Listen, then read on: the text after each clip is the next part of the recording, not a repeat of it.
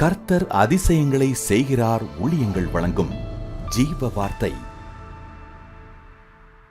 இந்த நாளிலும் கர்த்தருடைய ஊழியக்காரன் உங்களை சந்திப்பதில் பெருமகிழ்ச்சி அடைகிறேன். கர்த்தர் உங்களோடு பேசப் போகிறார், உங்களை ஆசீர்வதிக்கப் போகிறார், உங்களை மேன்மைப்படுத்த போகிறார். கலங்காதீங்க. பிறந்தநாளை காண்கிற அனைவரையும் வாழ்த்துகிறேன். திருமண நாளை காண்கிற அனைவரையும் வாழ்த்துகிறேன். கர்த்தர் உங்களை ஆசீர்வாதம் வைப்பார். சொந்து போகாதீங்க. அதிசயங்கள் நடக்கப் போகிறது. இந்த ஜீவார்த்தைக்கான வசனத்தை கேட்போமா? 1 நாளாகமம் 29:14. 1 நாளாகமம் 29:16.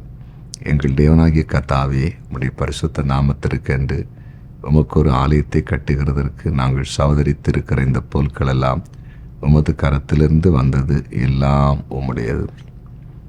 உம்முடைய கரத்திலிருந்து வந்தது, எல்லாம் உம்முடையது. இன்றைய ஜீவார்த்தின் தலைப்பு தேவனுடைய கரத்திலிருந்து வரும். அதாவது இந்த வசனத்தில் எழுதப்பட்டிருக்கிறது, நாங்கள் சவதரித்திருக்கிற எல்லா பொருட்களும் உம்முடைய கரத்திலிருந்து வந்தது, எல்லாம் உம்முடைய கரத்தில் வந்து எல்லாம் உம்முடையது. எவ்வளோ அழகாய் தாவீது சொல்கிறாரு. நாங்கள் எருசலேம் ஆலயம் கட்டுவதற்கு சேகரித்து வைத்திருக்கிற, சவதித்து வைத்திருக்க எல்லா பொருட்களும் உம்முடைய கரத்திலிருந்து தான் எங்களுக்கு வந்திருக்கப்பா. நம்முடைய தேவன் எப்படிப்பட்டவர்? அவருடைய கரத்திலிருந்து, அவருடைய கரத்தின் வழியாக நமக்கு எதை கொடுக்க முடியாது?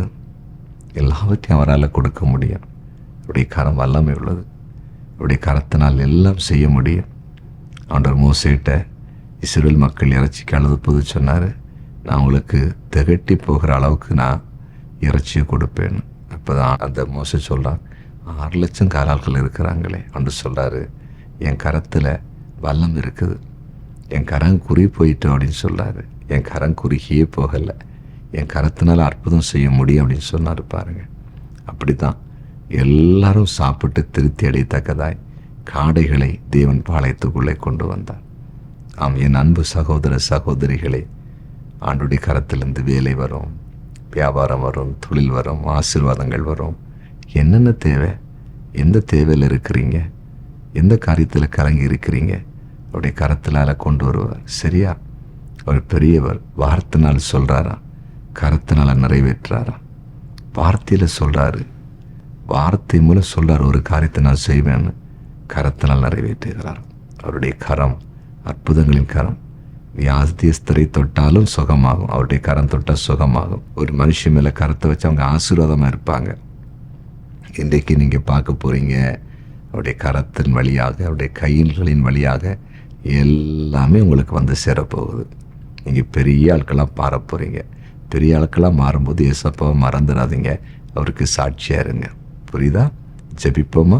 ஜெபிக்கலாம். ஆமாண்டவரே, தாவீது சொல்ல, நாங்கள் சவதரித்திருக்கிற, சேகரித்திருக்கிற எல்லா பொருட்களும் கர்த்தருடைய கரத்தில் வந்தது. ஆம், உம்முடைய கரத்திலிருந்து எல்லாவற்றையும் எங்களுக்கு தருவதற்கு ஆண்டவரால் முடியும். எங்கள் தேவனால் முடியும். எங்கள் தேவனால் முடியாத காரியம் ஒன்றுமே இல்லை. ஆண்டவர் அற்புதத்தை செய்யுங்க. உடைய பிள்ளைகளுக்கு என்னென்ன நன்மைகள் தேவையோ உடைய கரத்திலிருந்து அதை கொடுத்துருங்க. நீங்கள் அப்படி செய்கிறதற்கு நன்றி. வியாதியஸ்தர்களை தொட்டு சுகமாக்கும்படி ஜெபிக்கிறேன். பிசாசின் பிடியில் இருக்கிற மக்கள் விடுவிக்கப்படட்டும். சமாதானம் இல்லாதவர்களுக்கு சமாதானத்தை கொடும். தேவைகளோடு இருக்கிற மக்களுக்கு தேவைகளை சந்தித்து கொடுப்பீராக. குறிப்பாக வியாதி படுக்கையில் இருக்கிற மக்களை அந்த படுக்கையை, வியாதி படுக்கையை மாற்றி நடக்க பண்ணும்படி ஜெபிக்கிறோம். குழந்தை இல்லாதவர்களுக்கு குழந்தையை கொடுங்க. பிரிந்து வாழுகிற குடும்பங்கள் இணையட்டும் இயேசுவின் நாமத்தில். வழக்கில் சிக்குண்டு கலங்குகிற குடும்பங்களை நீர் அழிந்து விடுவிக்கும்படி ஜெபிக்கிறோம். அப்படியே செய்கிறதற்காய் நன்றி. இயேசுவின் நாமத்தில் பிதாவே, ஆமென்.